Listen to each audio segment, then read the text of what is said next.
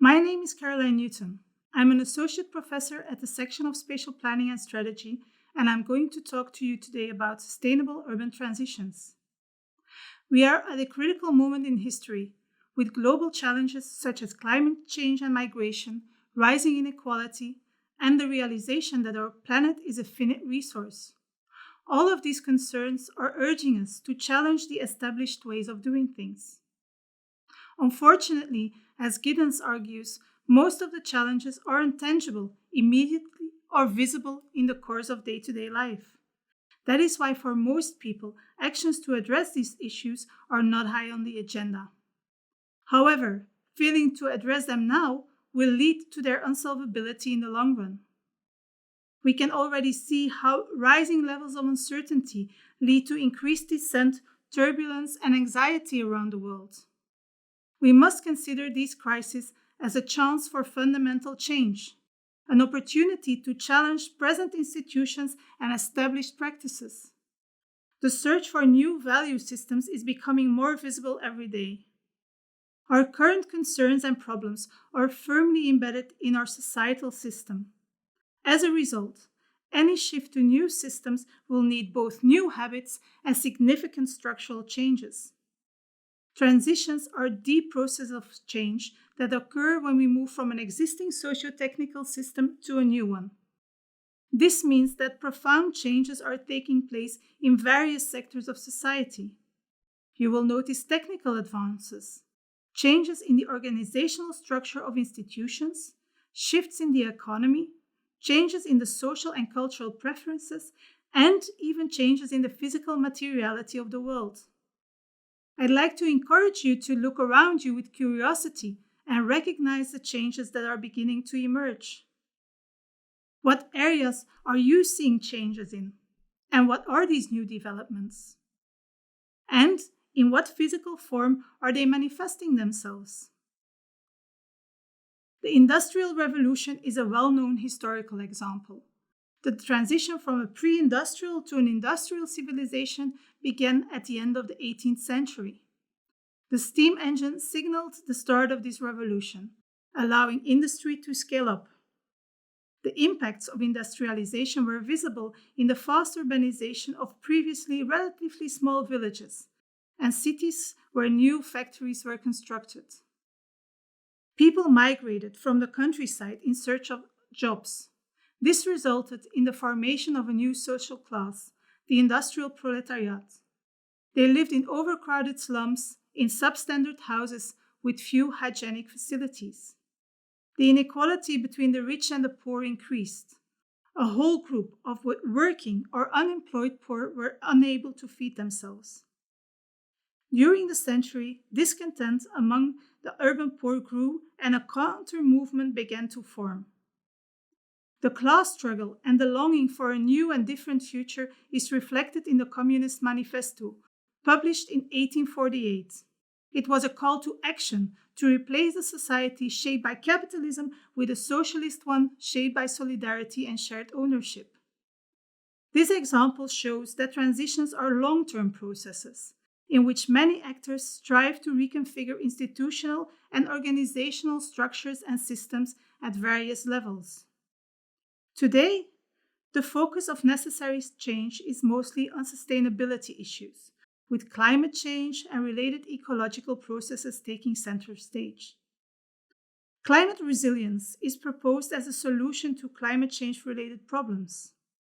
It means that we must be able to anticipate, prepare for, and adapt to potential disastrous climatic events, trends, or disruptions. Technical progress is frequently considered as a potential answer. However, in my opinion, and despite the importance of technological innovation, a successful transition may occur only when attention is paid to the social, economic, and cultural context and developments in these areas.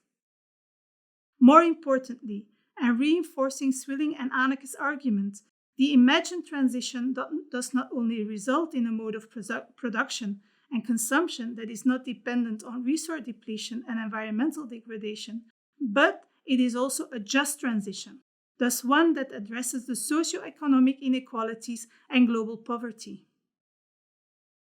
Transitions, in a nutshell, are co-evolutionary processes that address a wide range of concerns in diverse fields. As a result, there will be a large number of parties participating.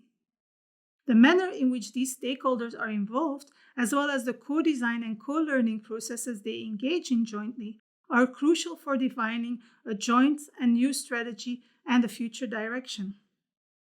The shift from a linear to a circular economic paradigm illustrates this point. In addition to years of small-scale experimentation, both within grassroots organizations and within government settings, the Ellen MacArthur Foundation's publication of a trailblazing report was essential in putting the phrase circular economy on the international agenda. It's likely that within a decade, a fully circular economy will be the new backdrop against which future production logic, norms, and laws will be established.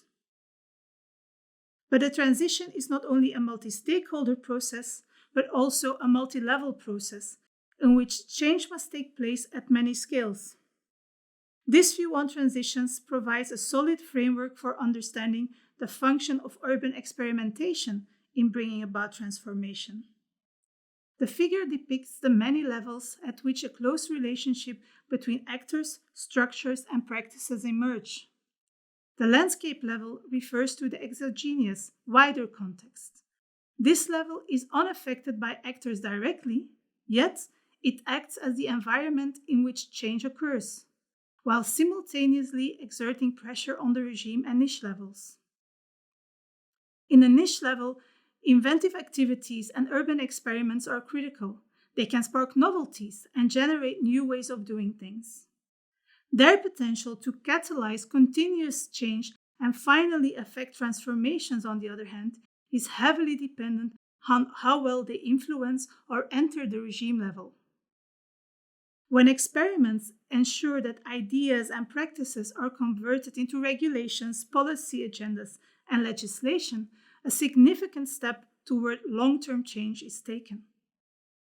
Now, can you think of certain experiments in your hometown or country that have been able to generate change at the regime level? Edgar Pieterse, a prominent South African urban scholar, quotes Spivak when he stresses that there are two approaches to dealing with crises. One approach is to be concerned about the now and the possibility of missing out. The other option is to be optimistic about the future. In this latter approach, Pieterse emphasizes that the dilemma is to be accepted as a leap of hope, as Spivak would put it. Inspired by the work of Ben Okri, Pieterse contends that we require an ethics of transgression. Existing constraints and boundaries are viewed as conditions of potential. Pushing current boundaries and overcoming existing constraints is essential for building a possible new future. These new urban future visions must be founded on the concepts of sustainable development and socio-spatial justice. We need to evaluate whether the current political and institutional frameworks in our various countries and cities allow for implementing these ideals of sustainable and just urban futures. Which political or institutional framework in your country needs urgent change in order to make the country ready for a just transition?